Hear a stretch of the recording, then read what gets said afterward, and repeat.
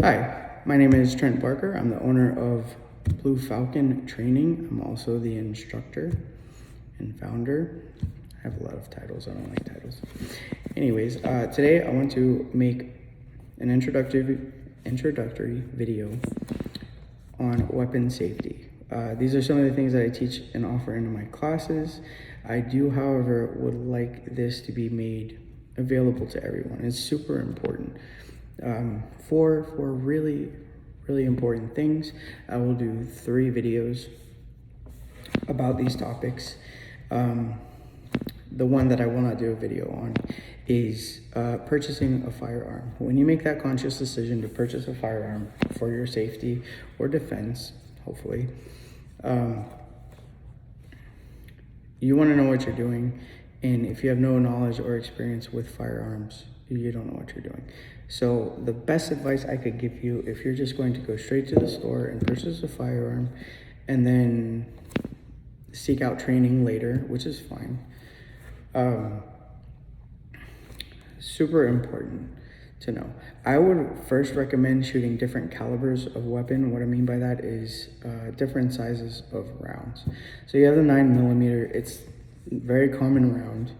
It does not have a lot of recoil, which is the kickback from the round going off and exiting the pistol.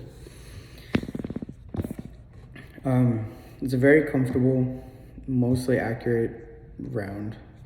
I prefer the 9mm. A lot of people prefer larger, like 40 or 45 calibers. But if you are going to go into a store and then get training, comfort, okay?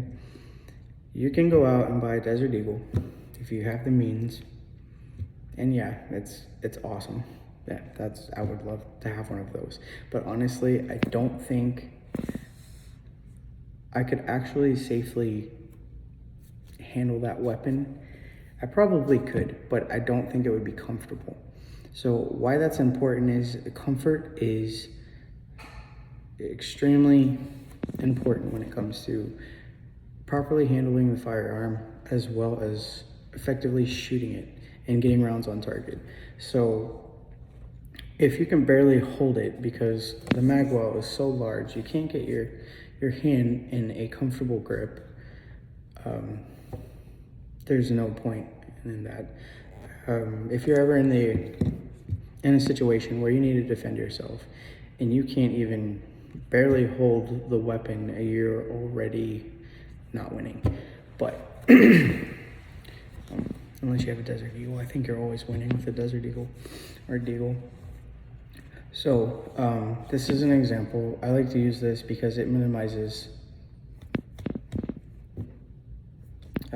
any potential safety hazards. Okay, so don't make fun of me, but like I said, I'm all about safety.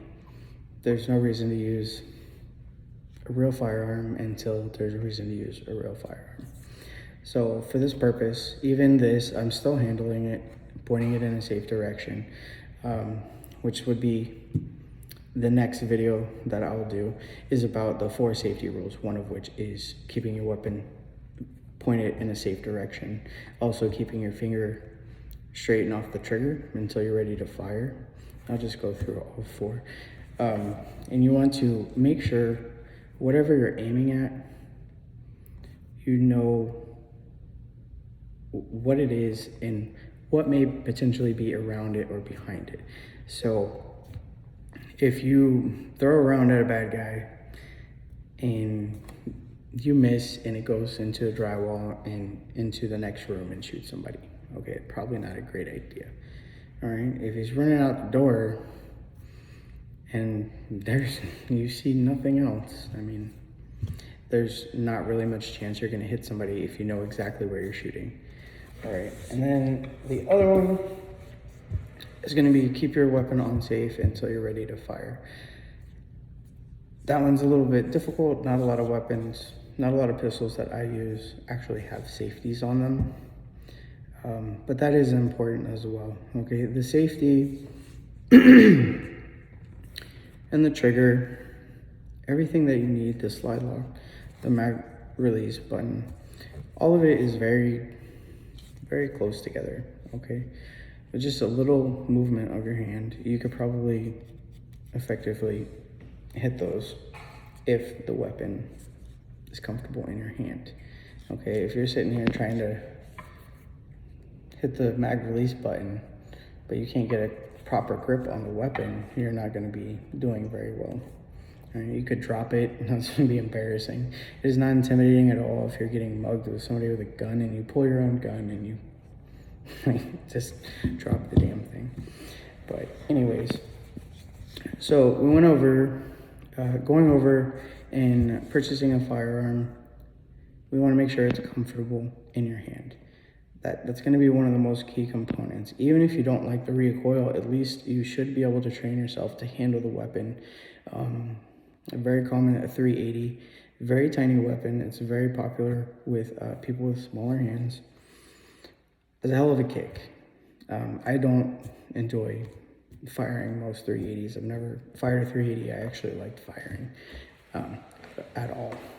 But I can effectively control it very well because it's a very tiny weapon.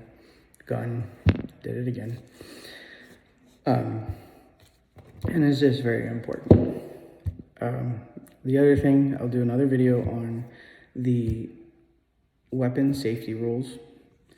And then we're going to do a video about clearing a weapon and how to effectively approach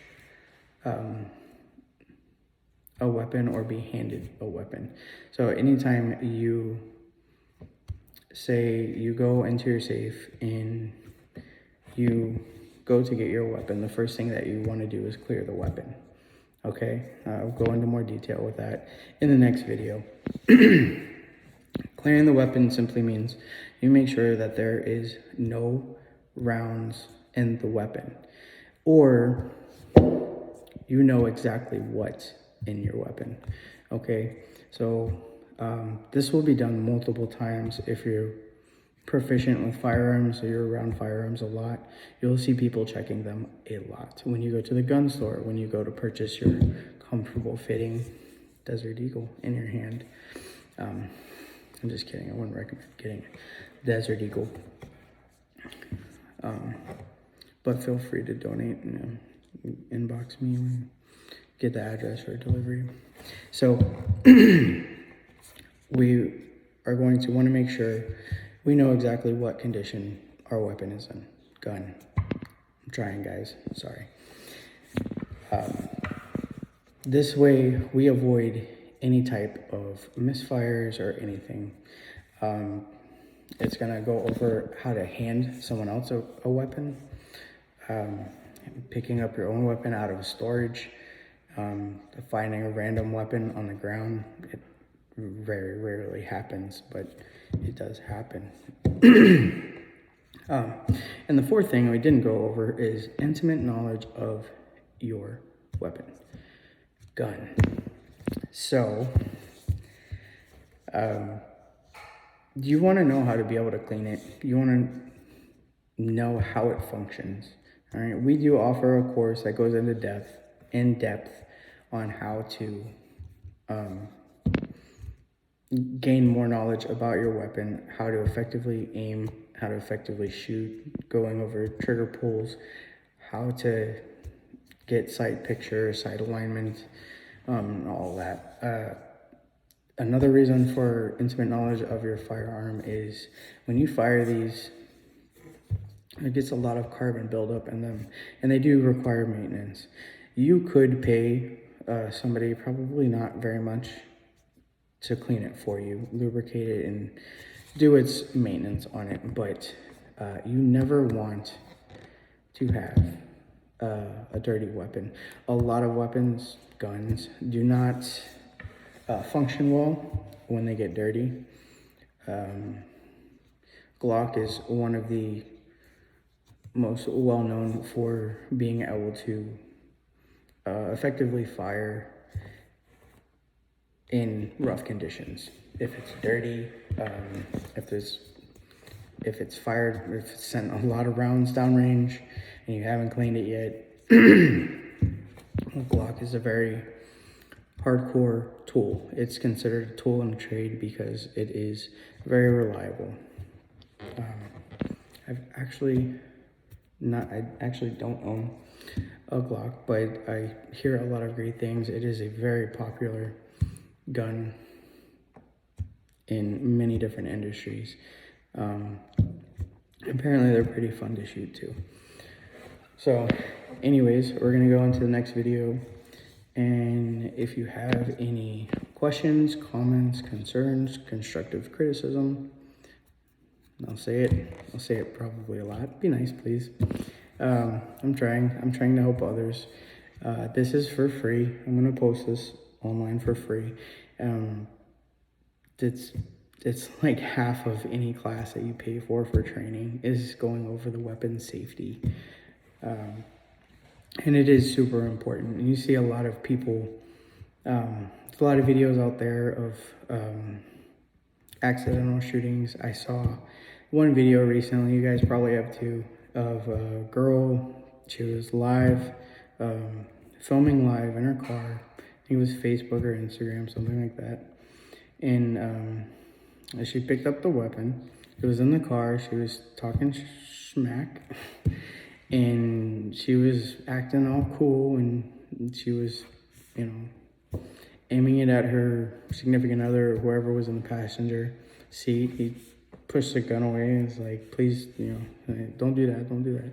And I believe, if the video was accurate, ended up shooting the individual in the head by mistake.